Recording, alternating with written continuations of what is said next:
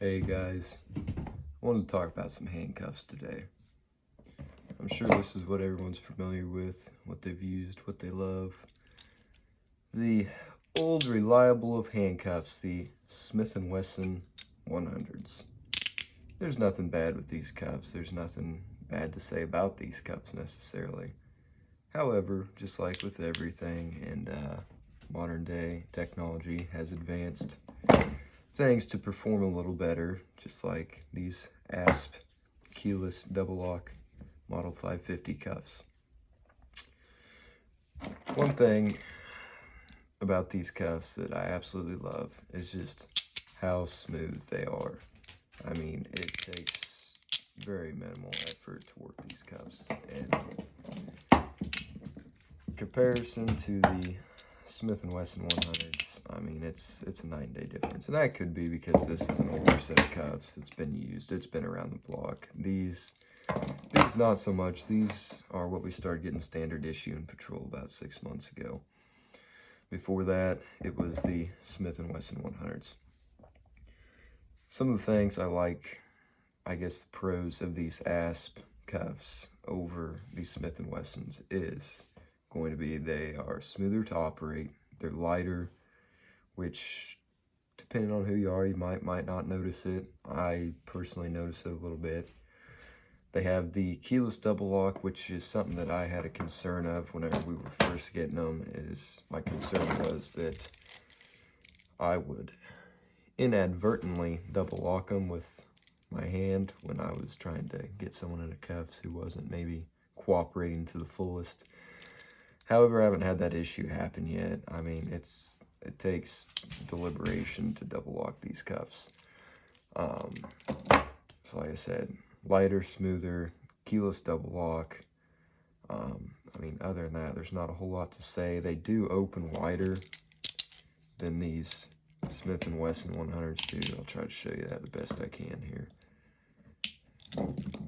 So, I'm not sure how well you can see that, but essentially these open up. The inside is going to be right about where the outside of your Smith and Wessons would be. And any of you guys that have worked in patrol know that sometimes you just don't have enough cuff with these to get someone who's maybe a little heavier set in there, and a lot of times they just aren't happy about it on top of it. So now you're fighting trying to get someone to bring you a set of big boy cuffs out of your car or their car, and it's just kind of a pain in the butt. That little bit of extra space really, I think, does make a difference on these.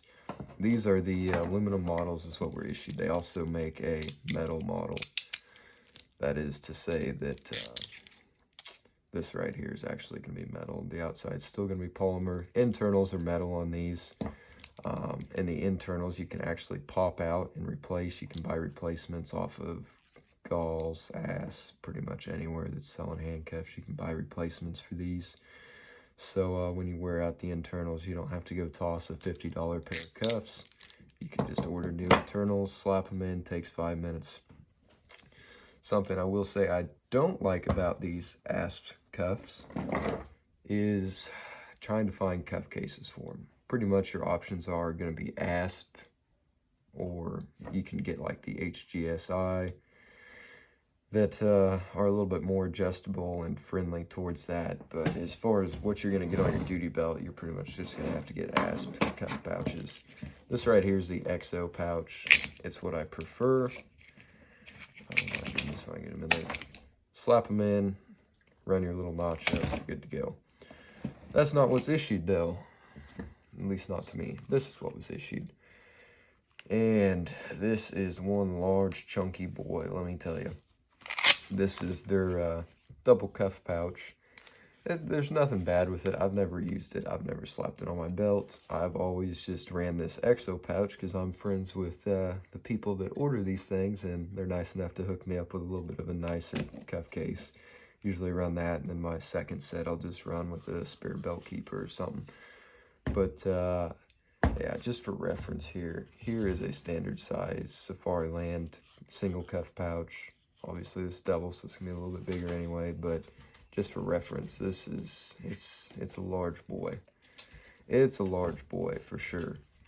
And I mean, even in comparison to the single XO pouch, it's quite a bit thicker, sticks out a little bit further, and it's quite a bit larger. So, I mean, for those guys who are skinny like me and don't have a whole lot of space on their duty belt to give up, it's a little bit tough, but it's definitely, I think it's definitely worth it for the amount of night and day difference you're going to get with a little bit of a better set of cuffs.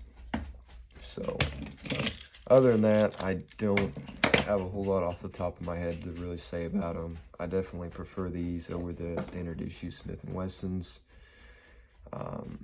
If you guys would like for me to talk about anything else I've got, let me know. I've